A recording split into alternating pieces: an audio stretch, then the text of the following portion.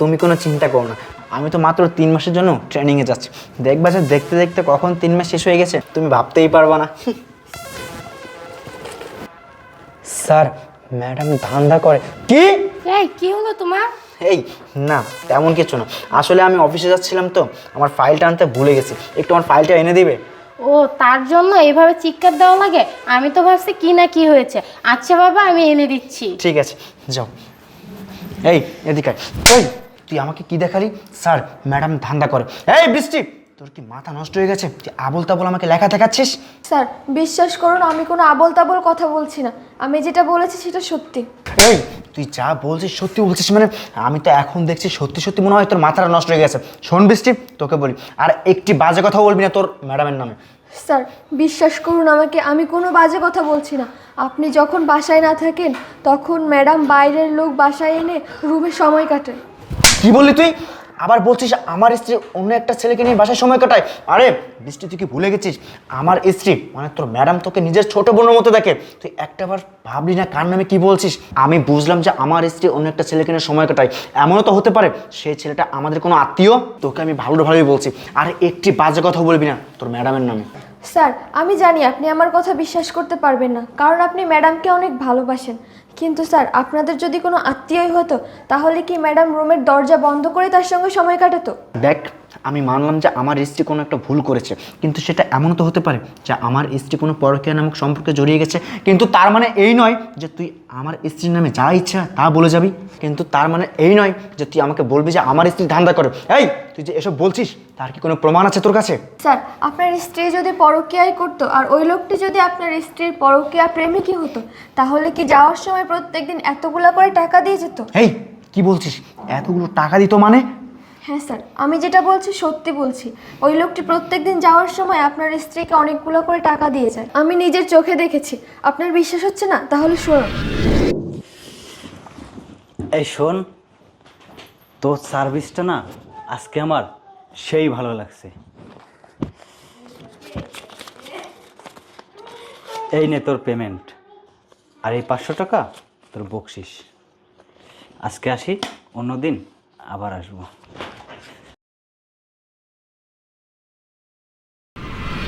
Sir শুনলেন তো? হ্যাঁ শুনলাম। আচ্ছা বৃষ্টি, ওই লোকটি কি প্রতিদিন আমাদের বাসায় আসে? হ্যাঁ স্যার, প্রত্যেক দিন আসে।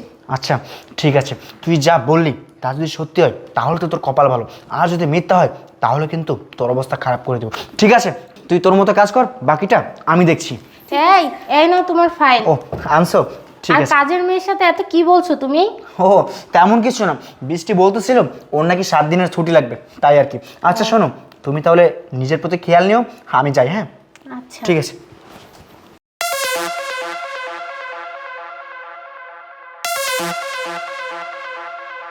না না, বৃষ্টি আমাকে এসব কি বললো?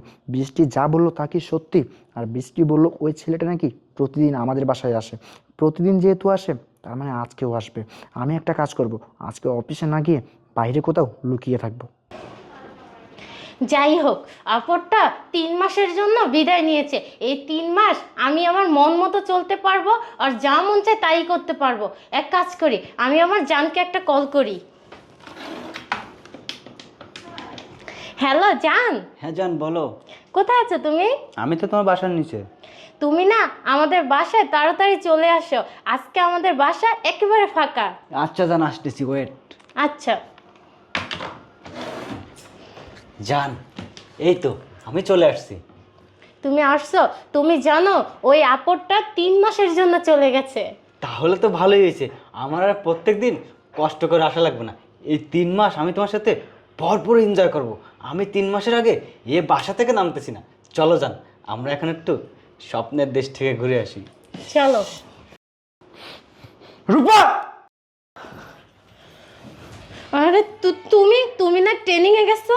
হ্যাঁ আমি। আমাকে দেখে অবাক হয়ে যাচ্ছ? আর কি বললা ট্রেনিং? আমি না ট্রেনিংয়ে যাইনি। তার আগে রূপা বলো তো, তোমার পাশে এই ছেলেটিকে? ও ও তো আমার কাজিন। এই তুই কি বলি? ও তোর কাজিন তাই না? আরে ও যদি তোর কাজিন হতো তাহলে আমারই বাসায় আমারই বেডরুমে তোর শরীরের উপর কি করতেছিল? মানে এই তুই মানে মানে করছিস কেন? কারণ আমি জানি যে তোর এরকম উত্তর দেওয়ার কোনো ভাষা জানা নাই। এই তুই কি ভাবছিস আমি কিছুই জানি না? আমি সব কিছু জানি। অবাক হয়ে যাচ্ছিস আমি এত কিছু কিভাবে জানি? আরে আমাকে পাশের বাসার নিজাম ভাই বারবার করে বলতেছিল, ভাই আপনার স্ত্রীর চরিত্রে না সমস্যা আছে, সে পরকীয়া করে, দেহ ব্যবসা করে। কিন্তু বিশ্বাস কর আমি তাদের কথা কখনো বিশ্বাস করিনি, আল্লাহর কসম খেয়ে বলছি তাদের কথা কখনো বিশ্বাস করিনি। কিন্তু আজকে শেষ পর্যন্ত যখন আমারই বাসার কাজের মেয়ে বৃষ্টি বৃষ্টি যখন আমাকে বলতে লাগলো না, স্যার আপনার স্ত্রী ঠান্ডা করে, আমি না তখন ভেবে উঠতে পারছিলাম না যে আমারই ভালোবাসার স্ত্রী আমার সাথে এরকম একটা কাজ কিভাবে করতে পারে। এই তুই একটাবার ভাবলি না এমন একটি কাজে লিপ্ত হওয়ার আগে আমি মানুষটা তোর জন্য কি করেছি আর কি করিনি? আরে তুই আমাকে যখন যেটা বলতি আমি তখন তো সেটাই এনে দিতাম। তুই আমাকে বলতি, আশিক আজকে আমার দামি শাড়ি লাগবে, দামি ফোন লাগবে, দামি ড্রেস লাগবে, আমি আমার জীবনের উপর পার করে হলো না তোর চাহিদা পূর্ণ করেছি। আর আজকে তুই শেষ পর্যন্ত কি করলি? সব কিছু ভুলে গিয়ে দেহ ব্যবসা নামকে একটা কাজে লিপ্ত হয়ে গেলি। এই তুই কি ভুলে গেছিস অতীতের কথাগুলো? তুই কোথায় ছিলি? তুই ছিলি তোর সৎ বাবার ঘরে, ঠিক মতো খেতে পারতি না, ঠিক মতো পড়তে পারতি না। আমি মানুষটা তোকে ভালোবেসে বিয়ে করে ঢাকা শহর আনছি, আমি ফ্ল্যাট রাখছি, ভালো একটা ফ্যামিলি দিয়েছি, ভালো একটা পরিবেশ দিয়েছি। তুই সেই সবের কদর বুঝলি না, অ্যাটলিস্ট তুই আমার ভালোবাসাটা বুঝলি না। জানিস টুপা, আজকে না আমার মার কথা আমার ভীষণ মনে পড়ছে। আমার মা আমাকে বারবার করে বলেছিল, বাবা তুই যেটা করতে যাচ্ছিস সেটা ভুল, কখনো তুই সুখ হতে পারবি না। কিন্তু আজকে আমি দেখছি কি জানিস, আমার মার কথাই ঠিক। আজকে যদি আমি আমার মার কথা শুনতাম না, কখনো আমাকে এমন একটি দিন এমন একটি দৃশ্য দেখতে হতো না।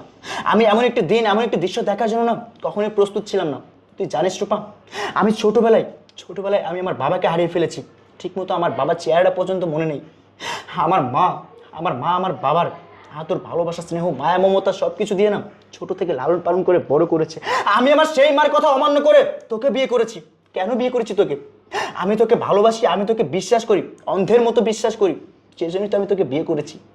শেষ পর্যন্ত তুই আমার ভালোবাসার এরকম অমর্যাদা করে দেহ নামক ব্যবসায় লিপ্ত হয়ে গেলি। এই ছেলে তোকে বলছি, তোর না সাহস আছে বটে বলতে হয়, কারণ তুই একটা পুলিশ অফিসারের বউয়ের সাথে খারাপ কাজে লিপ্ত হয়ে গেছিস। আরে ভাই তোর তো বিয়ের বয়স হয়েছে, তুই চাইলেও বিয়ে করতে পারিস। তুই তোর বাবা মাকে বলে ভালো সম্বন্ধ দেখে একটা বিয়ে করে ফেললাম। আজকে যদি তোর বউয়ের সাথে আমি এমন একটি খারাপ কাজ করতাম, তুই স্বামী হিসেবে কখনো ঠিক থাকতে পারতি? কখনোই পারতি না। আরে ভাই বউ বাদ দে না, আজকে যদি আমি তোর বোনের সাথে এমন একটি খারাপ কাজ করতাম, তুই ভাই হিসেবে নিজেকে কন্ট্রোল করতে পারতি? কখনোই পারতি না। শুধু তুই কেন, পৃথিবীর কোনো ভাই বা পৃথিবীর কোনো স্বামী এমন একটি সম্পর্কে মেনে নিত না। আমি তোকে এসব কেন বলছি, যেখানে আমার ভালোবাসার মানুষ, আমার ভালোবাসার স্ত্রী আমার বিশ্বাস নিয়ে খেলতে পারে, আমার মন নিয়ে খেলতে পারে, আমার খেয়ে আমার পরে আমাকে পিছন থেকে ছুরি মারতে পারে, সেখানে তো বাইরের মানুষের কথা বাতি দিলাম। শোন রূপা, তোকে একটা কথা বলি, একটা কথাই আছে না, পাপ কখনো পাপকেও ছাড়ে না। আজকে তুই যে পাপ করেছিস না, এই পাপের সাজা তোকে হারে হারে ভোগ করতে হবে। শোন, তুই এখন এই মুহূর্তে তোর কাস্টমারকে নিয়ে আমার বাসা থেকে বের হয়ে যাবি, যা বলছি। আশিক আমি ভুল করছি, আমি আর কখনো এরকম ভুল করব না, আমাকে এবারের মতো মাফ করে দাও। ওঠ ওঠ বলছি। কি বললি তুই? ভুল করেছিস? এই ভুল তুই করিসনি, ভুল করেছি আমি, কারণ তোকে ভালোবেসে বিয়ে করে আমি তোকে বিশ্বাস করেছি, সেটাই ছিল আমার বড় ভুল। শোন, তোকে আমি কখনো ক্ষমা করতে পারবো না। আজকে তোকে যদি আমি ক্ষমা করি না, স্বয়ং আল্লাহ কখনো আমাকে ক্ষমা করবে না। আজকের পর থেকে কোনো স্বামী তার স্ত্রীকে বিশ্বাস করবে না, কোনো প্রেমিক তার প্রেমিকাকে বিশ্বাস করবে না। আমি তোকে ক্ষমা করতে পারবো না। আমি চাইলেই না এখন তোকে জেলের ভাত খাওয়াতে পারতাম, কিন্তু আমি এখন সেটা কেন করবো না জানিস? কারণ আমার একটা রেপুটেশন আছে। তোর মতো মেয়ের হয়তো বা কোনো সম্মান নেই, কোনো রেপুটেশন নেই, কোনো কিছু নেই, কিন্তু আমার আছে। আমি তোকে থানায় নিয়ে গেলে অন্য অন্য অফিসাররা বলবে একটা পুলিশ অফিসারের বউ দেহ ব্যবসা করে। এমন একটি কথা শোনার জন্য আমি কখনোই প্রস্তুত নাই, যার কারণে তোকে আমি এখানেই ছেড়ে দিলাম। এখন এই মুহূর্তে তোর কাস্টমারকে নিয়ে আমার বাসা থেকে বের হয়ে যা, নয়তো আমার থেকে খারাপ কিন্তু কেউ হবে না রূপা, বলে দিলাম। বের হ বলছি।